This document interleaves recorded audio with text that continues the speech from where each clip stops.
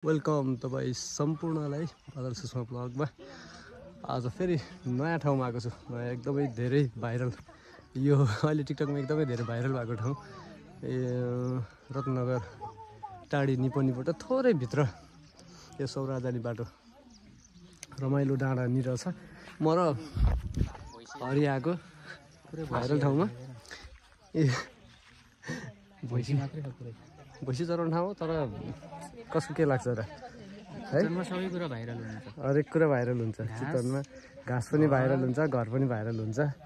अब हिँडिरहने पुल पनि भाइरल छ। हर कुत्तेका बिना पायो भने जस्तै कि अब यो पुल भाइरल छ। ल हेर्नु, यहाँ मान्छेको अहिले यस्तो छ है भिड। हामी अब त 2-4 जना हुन्थ्यो, अहिले त एकैछिनमा 10-15 मिनटको फरकमा यति धेरै भिड भइसक्यो।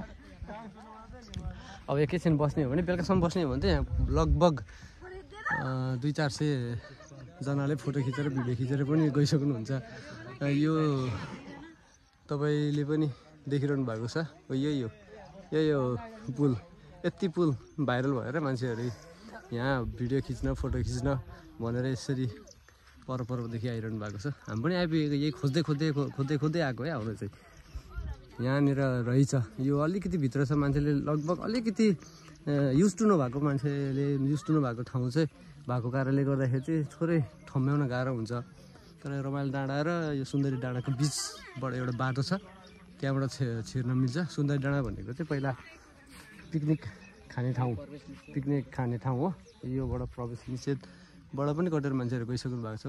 वहाँ पर गएर पनि मान्छेले टिकटक बनाइरहनु भएको छ। मान्छेको भिड देखिरहनु भएको है। अटोमा मान्छेहरू रिजर्भ गरेर पनि आउनु भएको छ। यस्तो छ रमाइलो। चितवनमा जे पनि भाइरल है। गैडा भाइरल, हात्ती भाइरल, घाँस भाइरल, घर भाइरल, मान्छे भाइरल, पुल भाइरल, खोला भाइरल, सबै भाइरल हुन्छ। भाइरलको जमाना छ, सबै भाइरल छ। म पनि अब फेरि 1-2 चोटि आउनै छ। यो भाइरल ठाउँ चाहिँ हेर्नु पऱ्यो नि। भाइरल भन्ने बित्तिकै दौडिनु त पऱ्यो नि त यार। जसरी पनि हेर्नुपर्छ कि भाइरल भनेको भाइरलै हो नि, होइन? ल ठिक छ, थ्याङ्क यू सो मच हेरिदिनु भयो। हामी फेरि पनि यो सानोतिनो ब्लग लिएर आउने नै छौँ।